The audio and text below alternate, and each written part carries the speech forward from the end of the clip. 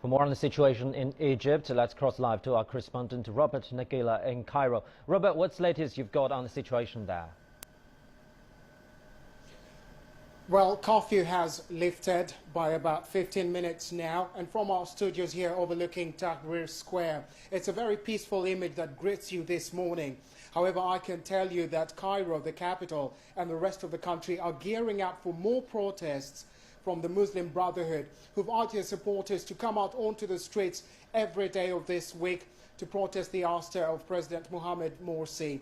Now, on Sunday, at least 36 people, some reports by the wires put it at 38, were killed. Authorities say that these were pro-Morsi supporters who had been arrested earlier in the week and were in a convoy of about 600 being transported to a prison just outside on the outskirts of the capital, Cairo, when there was an attempt at escaping.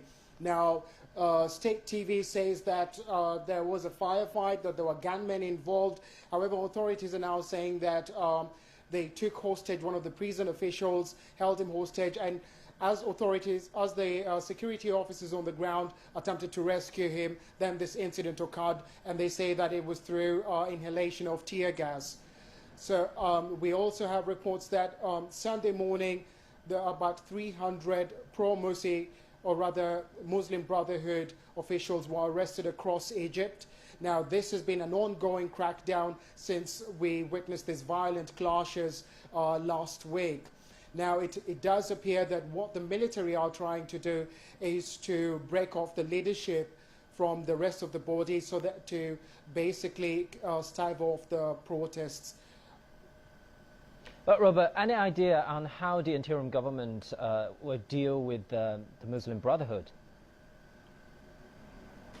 Well, there have been some confusing indications coming out from the government itself, because yesterday morning, after a cabinet meeting we had from the Prime Minister, we understand that he proposed to dissolve the Muslim Brotherhood through legal means. Now, what that exactly means, we will have to wait and see. But later in the afternoon, we heard from the Army Chief, General Al-Sisi, and he, while warning the protesters that violence would be dealt with very harshly, he also appeared to extend an olive branch to the Muslim Brotherhood, telling them to welcoming them on board to be part of the political process, saying that Egypt was big enough for everybody.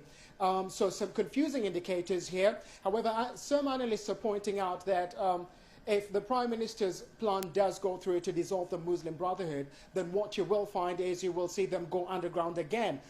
I'll take you back to 1954 when the then government banned the Muslim Brotherhood, and what we saw was them going underground. However, they did not dissipate. They continued operating underground. The difference this time is we've seen some very violent clashes, some weapons on both sides used, and if you push the Muslim Brotherhood down, according to some analysts, then we're going to see some guerrilla-type tactics. So still a lot of questions without any answers as to how this particular solution will, how this particular problem will be solved. However, you now see that General Al-Sisi, the army chief, who many people see as the man actually in charge, extending an olive branch to the Muslim Brotherhood leadership.